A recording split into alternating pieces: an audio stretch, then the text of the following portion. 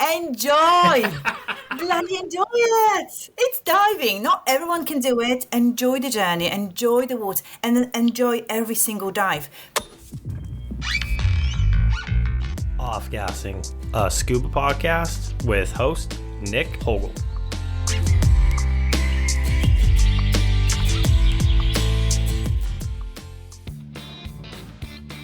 The level of excitement and energy that radiates from my next guest when speaking about diving is extremely contagious. In this episode, I speak with JoJo, a technical diver from Poland who now lives in the UK. We speak about her path into rebreathers, her love of the Baltic Sea, wreck diving, the Cavettes, and some advice for those moving through the ranks. Oh, and I can't forget to mention her love of dry suits. Enjoy. Joanna, how are you doing today? Hello, Nick. I am very well, thank you. How are you? I am good. It was a nice Sunday for me, just kind of relaxing, doing some laundry around the house. Usually I'd be back to work tomorrow, but we had a holiday weekend, so I have tomorrow off, which is nice. Gives me some time to catch up on some stuff. How is your day going? What time is it over there? It's 12 noon over there. It's actually, yes, noon. What time's there? It is 7 p.m. Oh, right. Yeah, it's like 7 hours. Okay, 7 hours different. Yeah. So, yeah, my day's been okay. I'm not diving today. That's the first one. I just decided to have a day off for myself and, just do stuff which should be done some time ago. So, yeah, I'm just chilling today as well. So it's been a really, really good day so far. Thank you. And thanks for having me. Oh, no, thank you for coming on. And those rest days are definitely well needed from time to time. So hopefully it was a good one for you.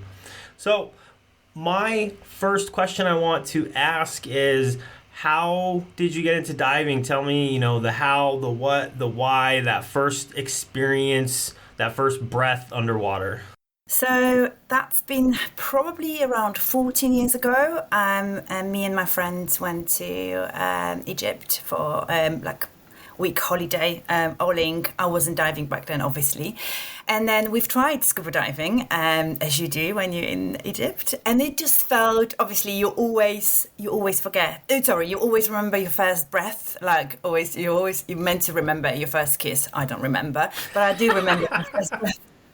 How crazy is that? So obviously it was warm and blue, and there was so much fish, and I'm like, wow. And I felt really, really comfortable. While my friends tried it at the same time, and they were like, oh, I don't think it's for me. So I was like, no, it's really comfortable and nice. But then I left it, and then I've gone back to Egypt after, I don't know, 2 years or something. And then I've tried it again and I felt so comfortable. I was with an instructor. And then I left it again. And then I got back to Egypt. I've been to Egypt 12 times, by the way. And I got back to Egypt and then I've tried again. And at that point I was like, that's it. I need to do something about it. And since then, I've never looked back. I'm a techie, proper techie. I fell in love. And then here I am. Okay, awesome. So how was that I have not been to Egypt. It's definitely on my bucket list to make it out there. I've heard plenty of good things about it. So how was the transition from just kind of looking at your profile, from going warm water to, obviously some cold water technical diving? How did that progress? I've done the dry dives I've done in warm water, obviously, but then I've decided to carry on with open water diver course in UK. Well, that was a different experience, dare I say. I remember being in a little lake and it was absolutely green, absolutely cold, and I was wearing dry suit, I wish, wetsuit, and we were kneeling down on the platform, and I'm like, I wasn't scared. It was just like, what am I doing here? Is that... That's going to look like. But obviously I removed the mask because everyone was scared of, obviously, mask removal.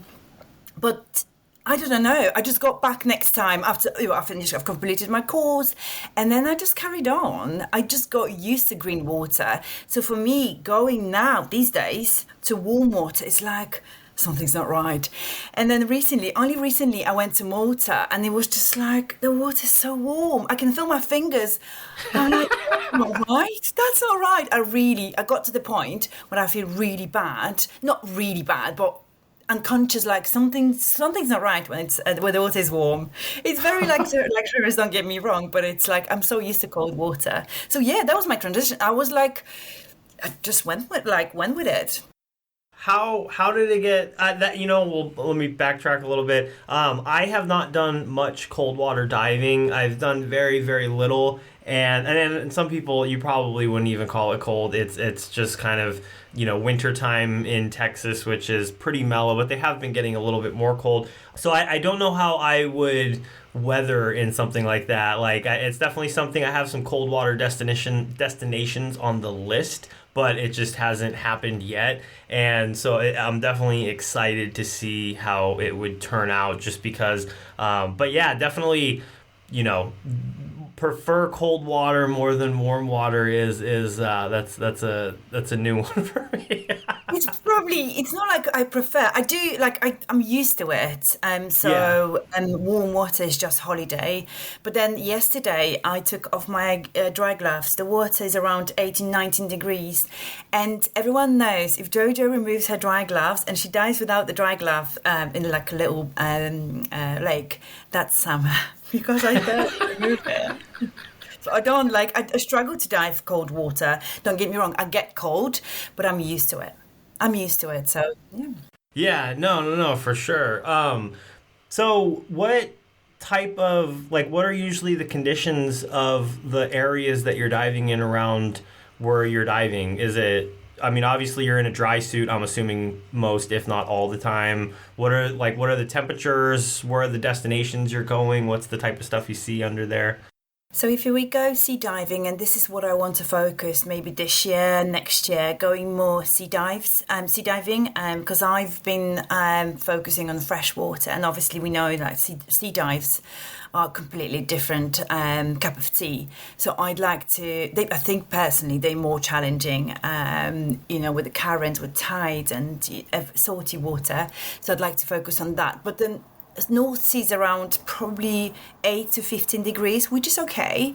When we go to quarries, it's around 6 to 8 winter time. We're talking about surface temperature, because now surface temperature is around 20, but when you descend to 20 meters and you've got 8 degrees. So I'd say average is 8 degrees, because there are mines I dive, and then I dive them a lot.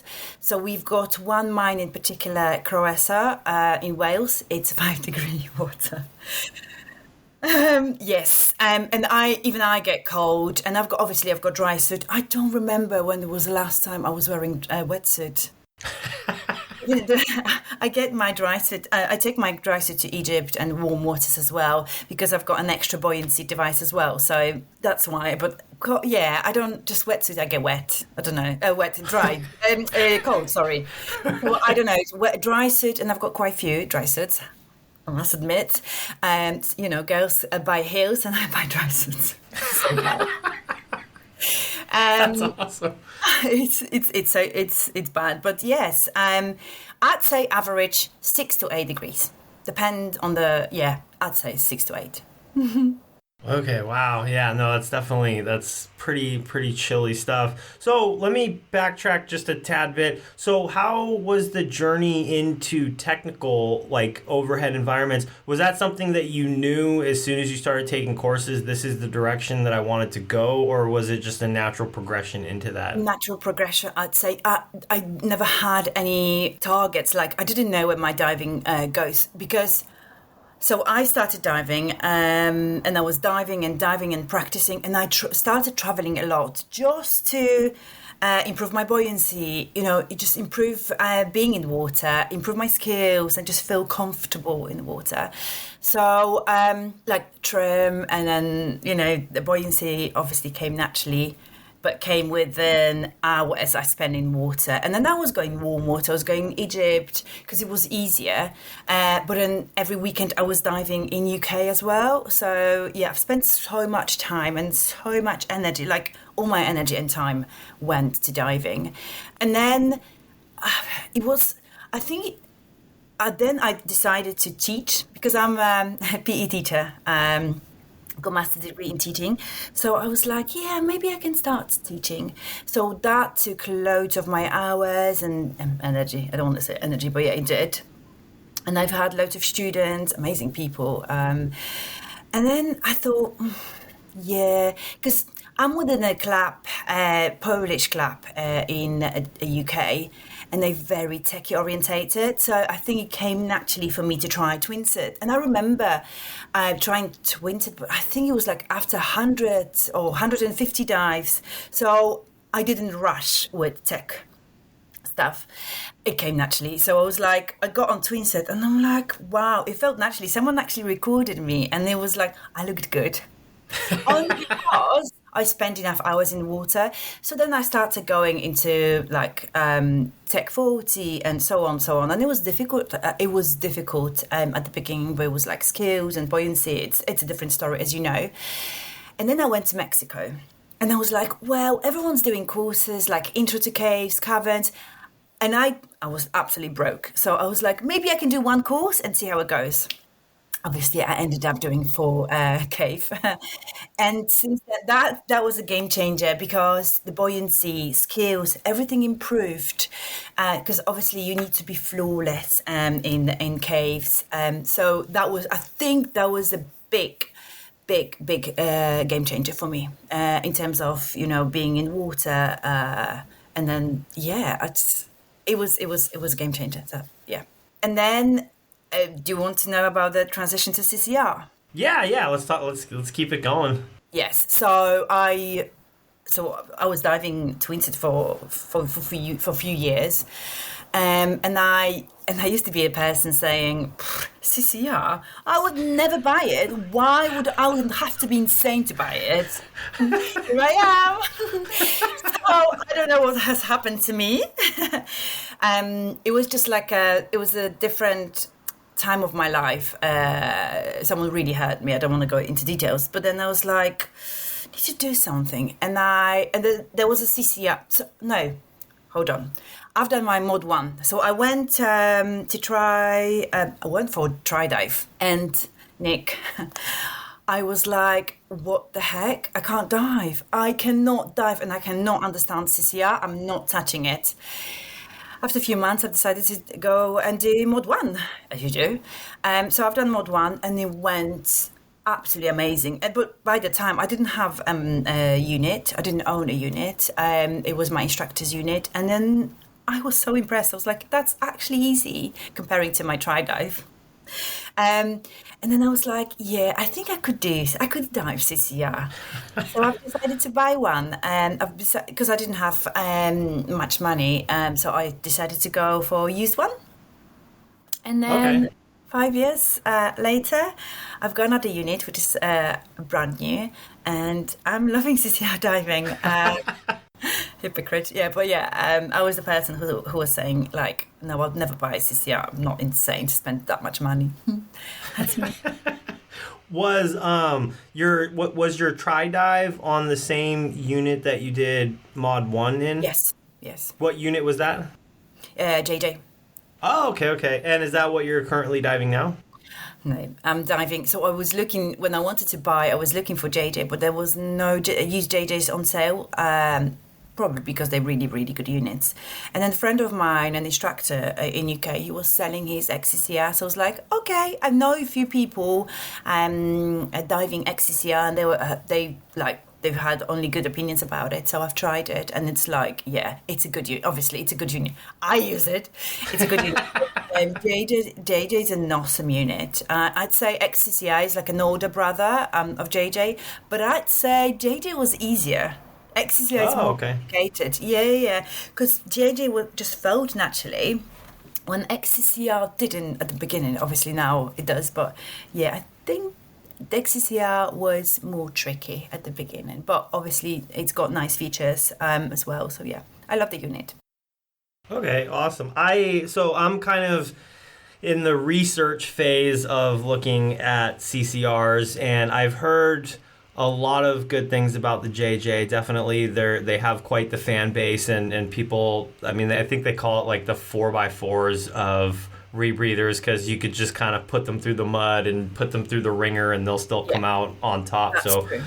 Yeah, and I think they are slightly cheaper than nothing these days is cheap, but JJ is a really really good unit, and the dives people do on JJ's they're quite good.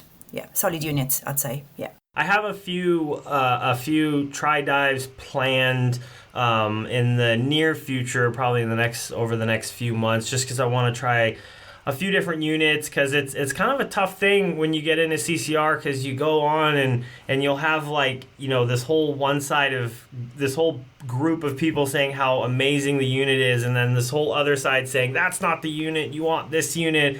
And being new to this world, it's like who do I trust, who do I follow, because everybody will have something good and bad to say about a unit. So yeah, you're doing it actually a correct way.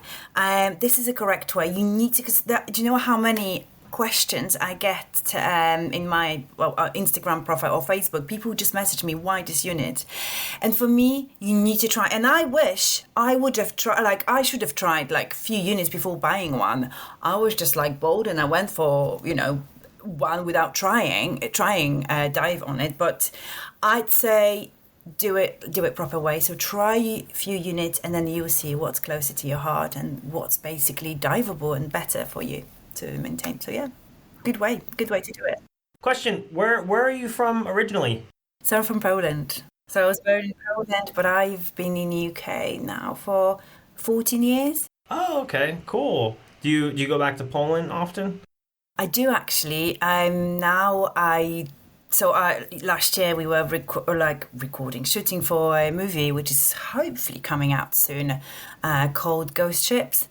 So it was my first time as a Polish person diving Baltic Sea, and I absolutely fell in love. So my focus now is just to go to Poland now every now and then and dive another spot. So Baltic Sea, I've done Honoratka, probably you've not heard, but Polish quarries as well. I want to dive mines there as well. So yeah, it's quite a few on my list. So I'm trying to go back these days with my unit.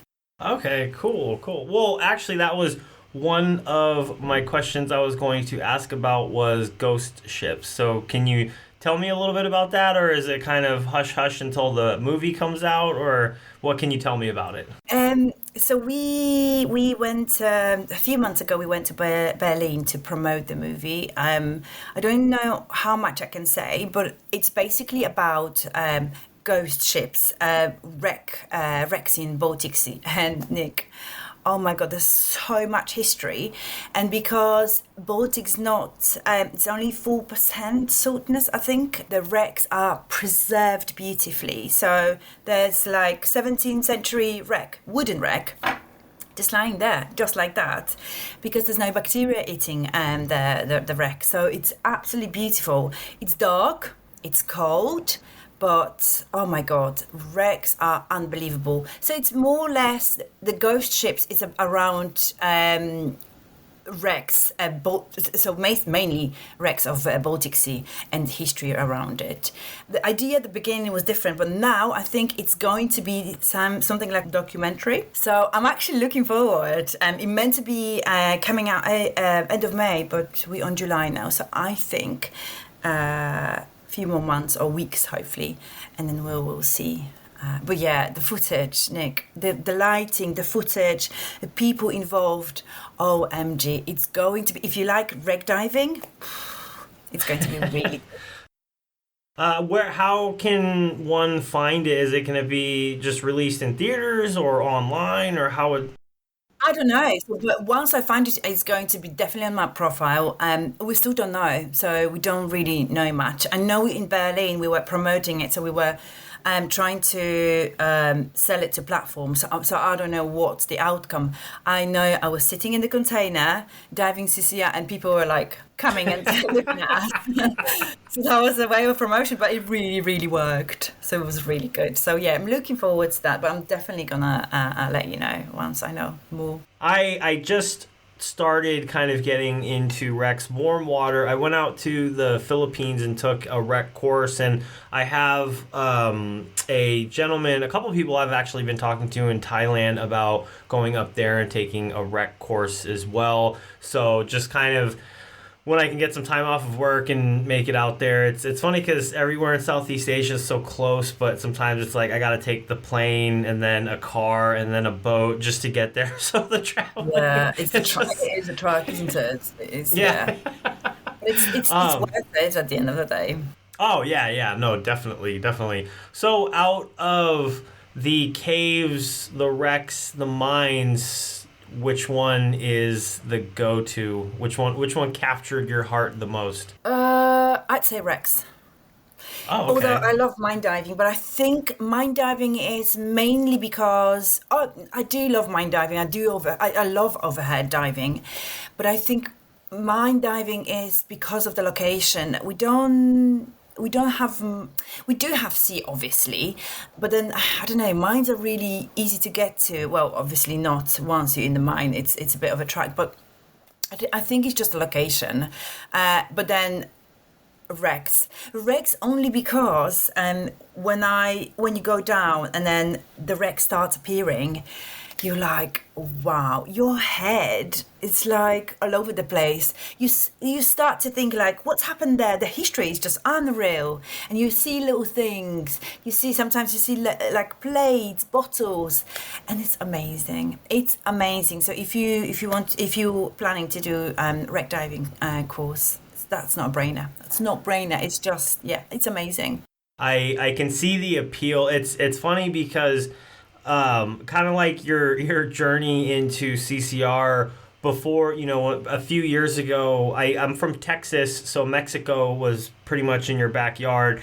And I'd always say, oh, I see all these people cave diving. I don't think I'd ever be into it. But when I was down there, I'm like, okay, I'll try a cenote. And as soon as I got in there, just the cavern zone, not cave. I'm not cave certified or anything. But I instantly, no, you're right. I instantly saw the draw. I instantly saw the appeal. And I actually have a shop down there that I went and took a course with, a side mount course, and then I reached out to him not too long ago and was like, hey, I really want to come back and do, head into full cave or, kind of start the process and see how far it can go. But yeah, really amazing shop, really good instructors down there. So I very much look forward to when I can make it back down there and go into my full cave course. And then kind of before I make it out there, since I'm in this part of the world in Malaysia, I was like, oh, okay, well, overhead I can do some wrecks. There's definitely a lot of wrecks in this area, some really high profile, really good instructors. So definitely that's a goal of mine, heading in the overhead direction. So it's funny how it all just kind of works out because, I joke around. I'm like, yeah, at the end of the day, give me, 10, 15, 20 meters and some coral. I'm pretty happy. This is really addictive. Let's be honest. You just want more and more and more and more, and you want to see more, you want to explore more. So it is natural that you want more and more, and so that's why you do more courses, and that's why you go places and lose your life because you want to do diving all the time. I'm joking, but yeah, it's that's how it works. That's how it works. Definitely, I can understand that for sure. I mean, here I am. I didn't think when I first started diving that I would have created a podcast. I love speaking to other divers and just getting, their story and hearing more about it. And so it's kind of my way to meet people and say, oh, yeah, I can learn more about people and be like, oh, I should go take a course up there. I should go over here or over there. I have not been to Europe, so I'll have to try to plan a time that I can make it out there and do some diving. But yeah, that cold water scares me a little bit. So. No, you don't have to. Yeah, but look at Malta. I think for me personally, it's one of the best wreck diving spot in the world. You have artificially sank wrecks, but you also have deep wrecks. So that's why I like to go to Malta and I don't do deep dives only because it's for the depth, for the numbers. No, I only go there because there's not too many people diving on deep sea wrecks, but there's also like so much history, and there are some stuff people didn't, steal. It's Malta. I'd recommend Malta if you want to hit Europe. Malta would be go-to place when it comes to wreck diving, because you can find anything at any depth you desire. Where is your go-to destination? Do you have one that beats them all, or is it Malta? Like if you could pack the bags and go somewhere tomorrow, where would you go? Baltic Sea. At the moment, it used to be Malta, and it still is. But at the moment, after diving Baltic Sea and then not having enough of it, it's Baltic Sea. It's just tricky for me to get a good weather, because it's sea diving, and it can be tricky, Baltic Sea especially. But my soul is with Baltic Sea at the moment. So I want to do more diving there, because there's so many wrecks, and the wrecks are preserved. Amazing. What are the logistics of getting out to a place like that? Is it I'm assuming it's not somewhere where there's just, or is there loads of dive shops just all over the place, or does it take a lot of planning? Yes, there are some dive shops, loads, I'd say, but then you don't get to see the wrecks, like, special wrecks. Like Malta, I'd say Malta is more accessible, like Malta wrecks there, because they can take you to pretty much, well, not all wrecks, but yeah, most of the wrecks. Like when Baltic Sea, it's a bit, it's not that easy. You have shops, and you still get to dive like regular wrecks, but I don't think like the special ones you have to have permission. So you need to know certain people, I'd say. So yeah, I'm hoping maybe one day I'll meet the right people. You know how it is. But yeah, I got to dive some really good wrecks, so I'm very happy. But there's more. There's an appetite for more. There always is. No, I definitely am really looking forward to ghost ships. I think that's going to be pretty incredible. So, I'll definitely have keep a lookout for that, because just flipping through the webpage and looking at through the pictures just look absolutely amazing. And obviously, it's an area that I'm not too familiar with. So just to kind of always see that new area, that new buzz, especially shipwrecks, because there is such the history behind it. And I mean, without a doubt, every shipwreck has a story. So to kind of figure out that side of it definitely seems pretty exciting. So tell me about the Cavettes. Is that how you say it? Cavettes, yes, Cavettes. Me, Sarah, and Sana. So we've met through social media. I don't know, it just happened naturally. We started like liking our posts and messaging each other from time to time, and then it was like we were supporting each other. And then one day we decided like, oh, let's just call each other and talk. And that's how the Cavettes was born. The idea is because we all from Europe, and then obviously mostly it's cold water diving. Sarah, she's the leader in cold water diving, because she would dive 2 hours in 2 or 4 degree water without heating. She's mad. Sarah, I love you, but you mad. So we call her yes, the cold queen. I don't know how she does that, but yeah, she's an amazing diver. We all are, obviously. Sana, she's more into caves, mines. So the tightest hole, the tightest restriction, send Sana, and she's just gonna smash it. So yeah, she's really good with cave diving. Sarah as well, but Sarah, I'd say her main focus is on like cold water diving, and then she's smashing it as well. So the idea of the group, I think now every year we're going to plan a massive, like a big trip, a week or even more than that. It's not like promote cold water diving, because we're planning to go to like warm destinations as well. But I think we are trying to, like, by posting, by diving, by doing what we're doing, just to promote tech diving. We thought at the beginning it was like, oh yeah, let's promote like cold water diving and overhead diving. I think just promoting tech diving maybe any diving. Like if someone starts diving because of us, like looking at us, this is the biggest achievement, and we've got so many messages. We get so many messages from girls, and it's just so rewarding. So I think in general, we by us doing what we're doing, we want to encourage more women into tech diving. And as you know, Nick, like diving, warm water, it's a different story. Going into 4, 8, 6 degree water, and then maintaining, but not buoyancy is quite easy, but finding hose. I don't know, finding hose with the dry gloves. It's a completely different story. I was diving without gloves yesterday, and I'm like, oh my god, I did this stuff. Oh, it's there. Oh wow, it feels different. So it is really, really tricky to dive cold waters, and obviously not everyone's made for that, but yeah, we're trying to encourage women, and I think we're doing a good job just by being us and diving. No, that's absolutely amazing, and that's a great cause, and I will help promote any way that I can. I actually, a goal of mine, I didn't do it today, but I like mental note to myself. I was trying to catch up on emails and this and that. I would love to interview the other Cavettes, so I will reach out to them, or if I could get their contact from you, after the show.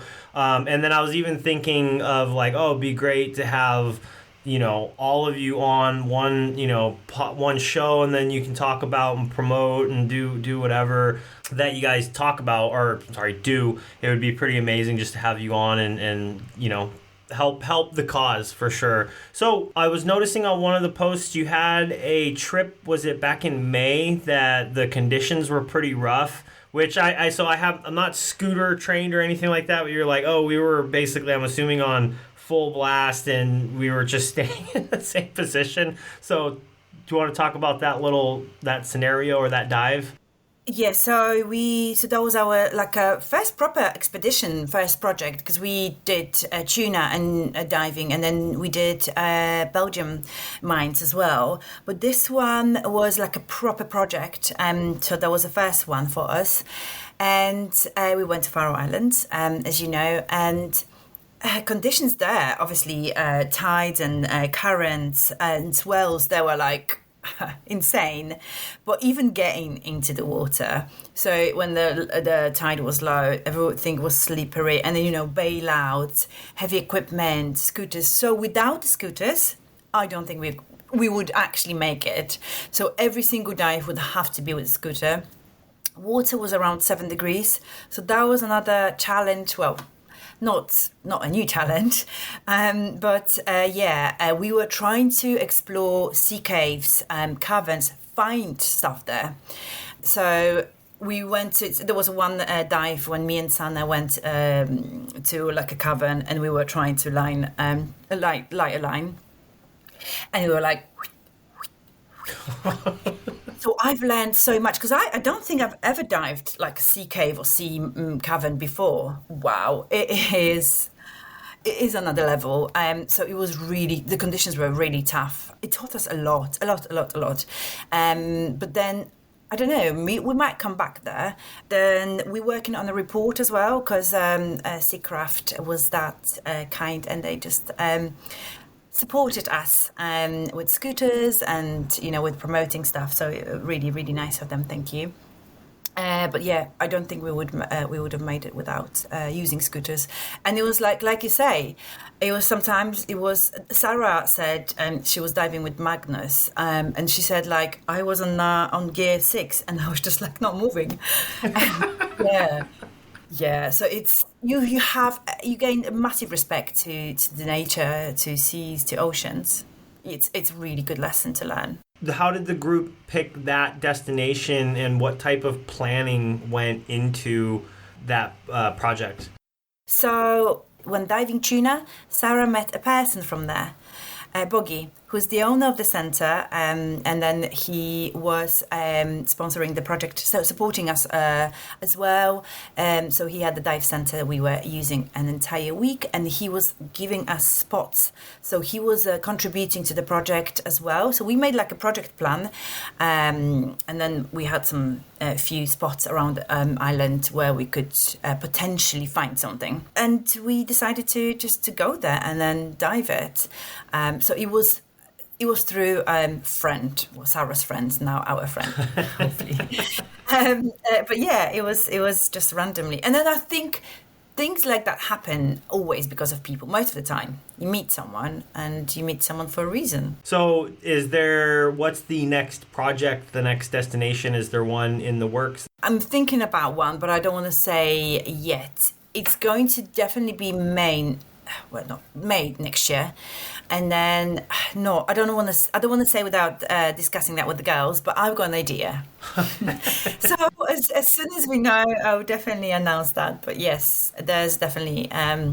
So I'm actually thinking, Nick, once we're there together, we could actually do podcasts with you. So there's 3 of us, and then you. It would be really nice. Yeah, no, that would be awesome. I can hopefully I can get the interviews leading up to that, the other girls, and then do like a final one with all of you. That would be absolutely amazing. So what about you? Do you have any future trips planned, fun diving trips, or anything on the books?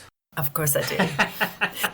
So I'm off to Turkey. I think it's beginning of August, something like that, but it's just like recreational diving. But the big one, it's Croatia. So I've done my Mod 3 in Croatia. So I feel like I just need to dive more there because I didn't have enough of reg diving. So I'm going back there in September. And I think that's it for now. This year I'm trying to just like focus on little trips and more often. So going weekends. I want to hit more mines. There's some few mines in Germany I want to hit. So I think around Europe, it's going to be, my focus this year.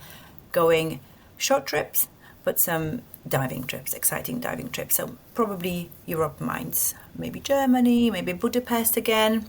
Okay. So yeah, not nothing big, but the Croatia, it's going to be big. And I'm actually going with 2 of my friends I've met through ghost ships, actually, Pavel and Maciek. And then we just like best friends and obviously dive buddies as well. So we're going to spend 10 days and try not to kill each other. I'm joking. And dive, and then get some footage, get some photos, videos, and just have fun. So I'm really, really looking forward to that. Awesome. No, that sounds and wonderful. And water! Are you still going to bring the dry suit? Oh my God, of course. And the dry gloves, you never know. That's awesome. So I just have a question because, me getting into, or at some point I want to start my journey into overhead.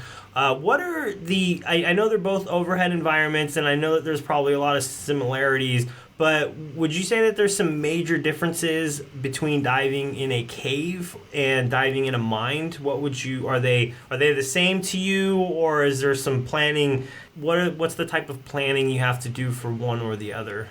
I'd say people might disagree with me. They're pretty much the same.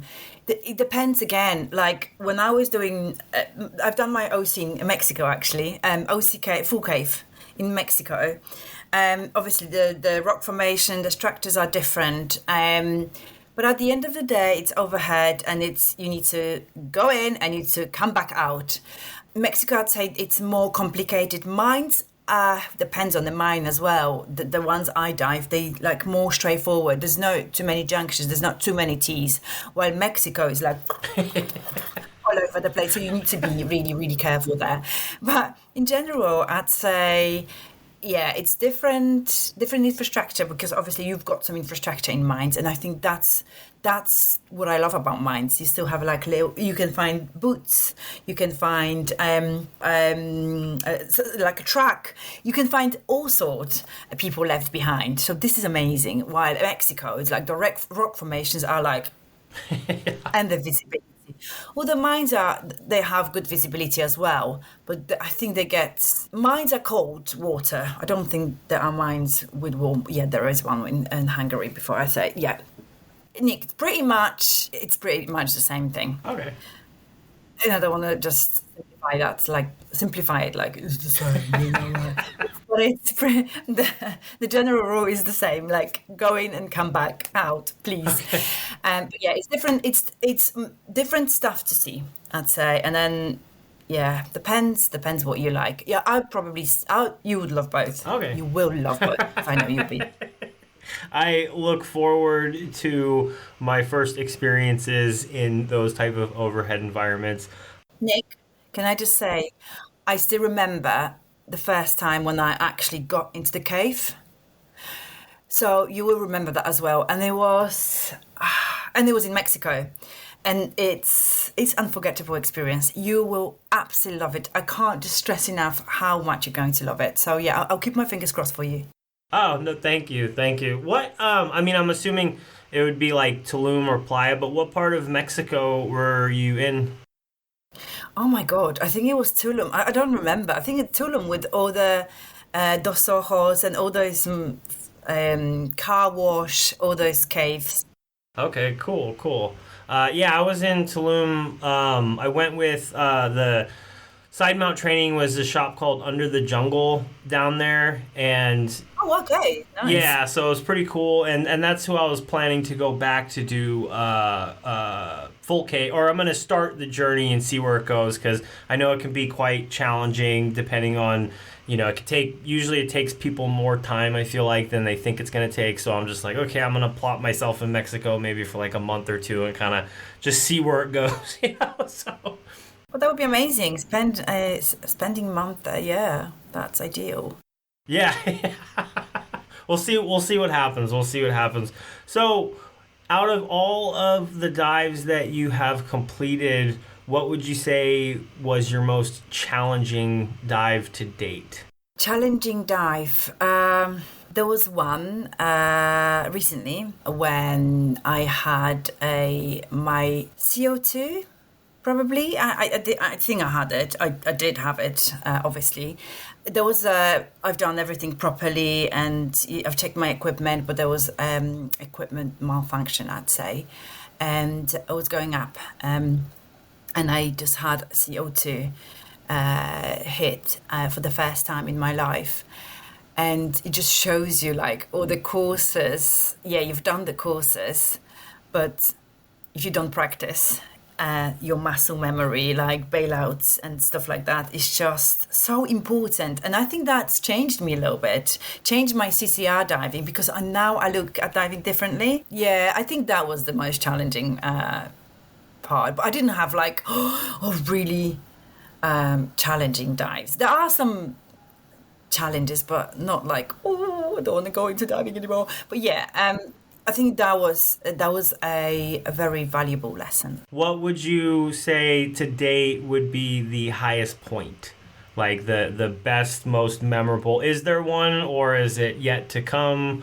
There is one. It was a wreck in Malta, Russell, and it lies upside down, and it's below 100 meters. So it's got like white corals, and the wreck is absolutely amazing, and it's huge, and we didn't expect. We were just like told, there's going to be like a wreck at 96 meters, and it wasn't 96 meters, it was deeper, but it was like, I don't know, we dropped down, it was just me and my buddy, and then we were like, oh my God, this is better than sex.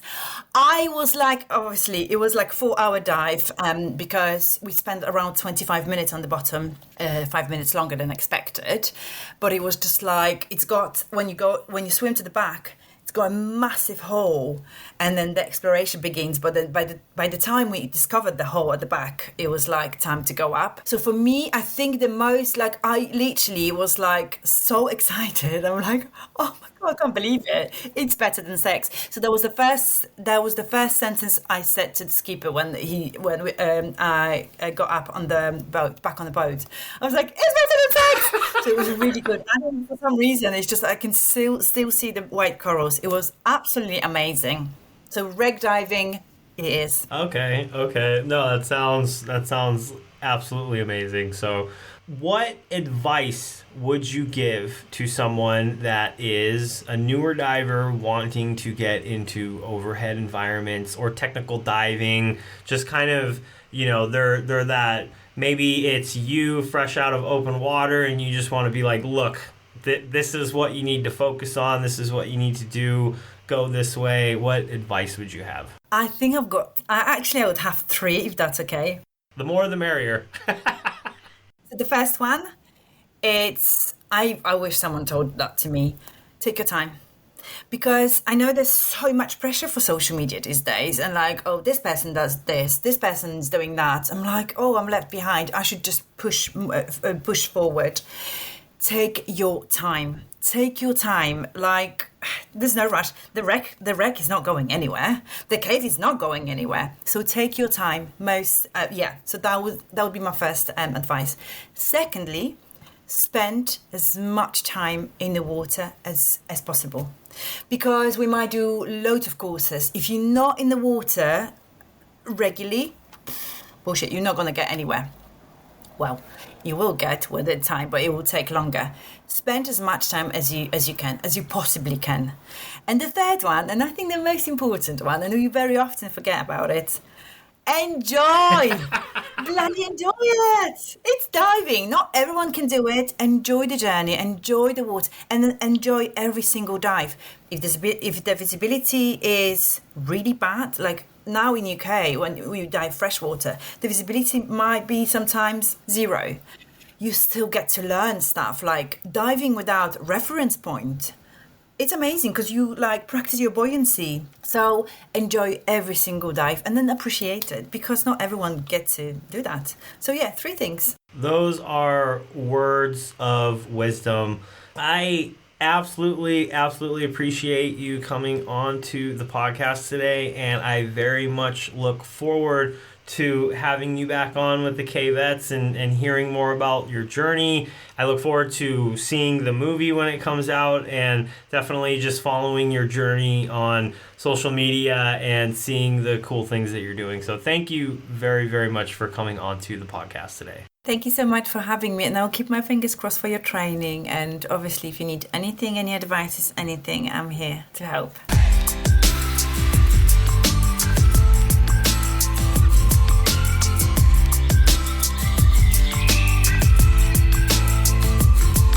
Off-gassing, a scuba podcast.